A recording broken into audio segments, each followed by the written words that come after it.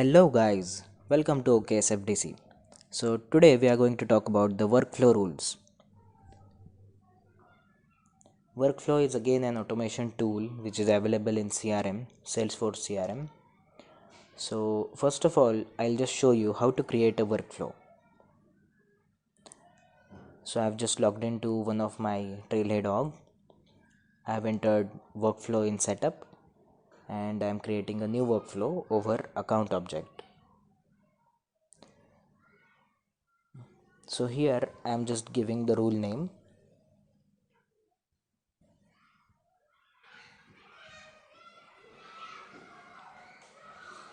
And this is the evaluation criteria. So there are three options available. First one is evaluate the rule when the record is created. Second one is when the record is created and each time it is updated. So if you select created and each time it is updated, then it gives one alert. It says you cannot add time based activity here, time dependent workflow action with this option. And if we go with the third option, we can add the time based action. So we'll go with this one. So first of all, what is time based action? So let us simply understand we can have two different requirements. So first one is as soon as the record is created or updated with a certain value and you immediately want to trigger any particular action, then that is not a time based action. But sometimes you may want to perform an action after a specific duration. You may want to send out an email after a month just to remind that you need to update your bank details over the account. So such actions which you need to trigger after a certain duration, they are considered as a time based actions. Now I'm just setting one particular criteria for this.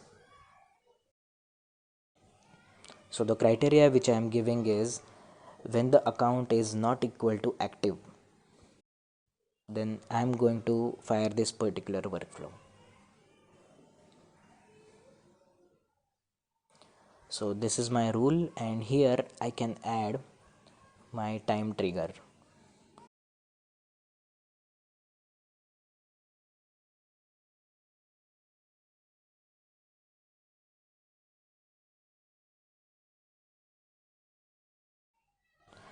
So I'm giving here time trigger as 1 hour.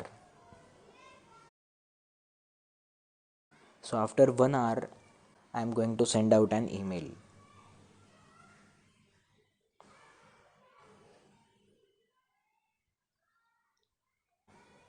I'm creating a new email alert here.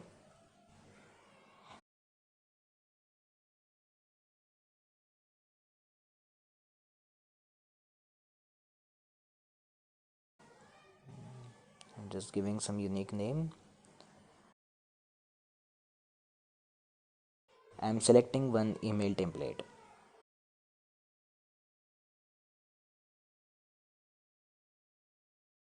So this template I have already created, and in the additional emails I'm giving my email just to test it.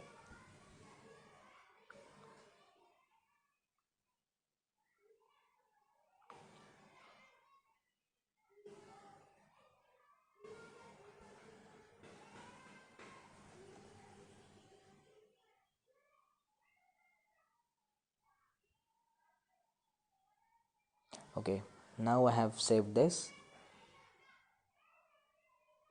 Now we need to activate this particular workflow rule now.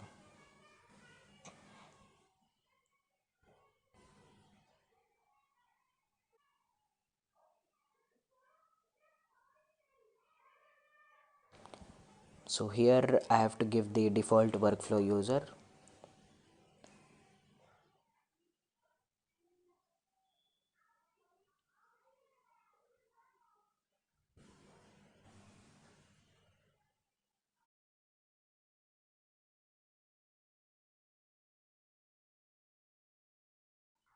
And now this is activated.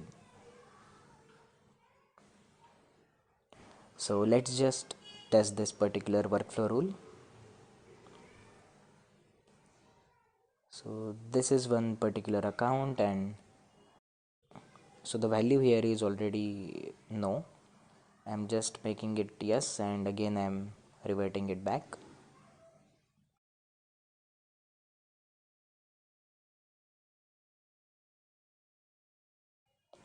Great.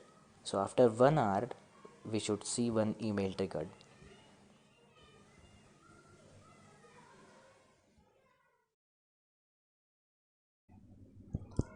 Now let's check out some of the important documents. So we can see the criteria and actions here. So workflow rules has two major components, the criteria and the action. We have created both of them.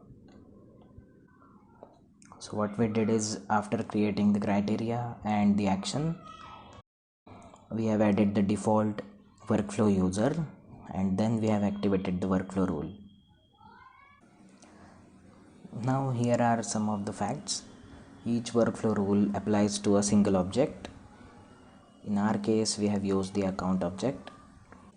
Then if you delete the custom object, then automatically the workflow rules on top of that object are automatically deleted. Then talking about major limitation of the workflow rule. So you can't create outbound messages for workflow rules on junction objects. Now these are the basic workflow limits, and how many active rules you can have per object is 50. These are some of the use cases mentioned in the documentation.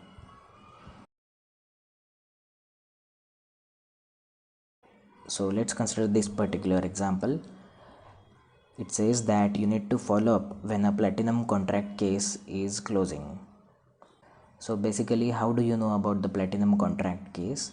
So it is based on the contract type custom pick list, and the description says that if the customer has a platinum contract agreement, email a feedback request to the case contact 7 days after a high priority case has been closed.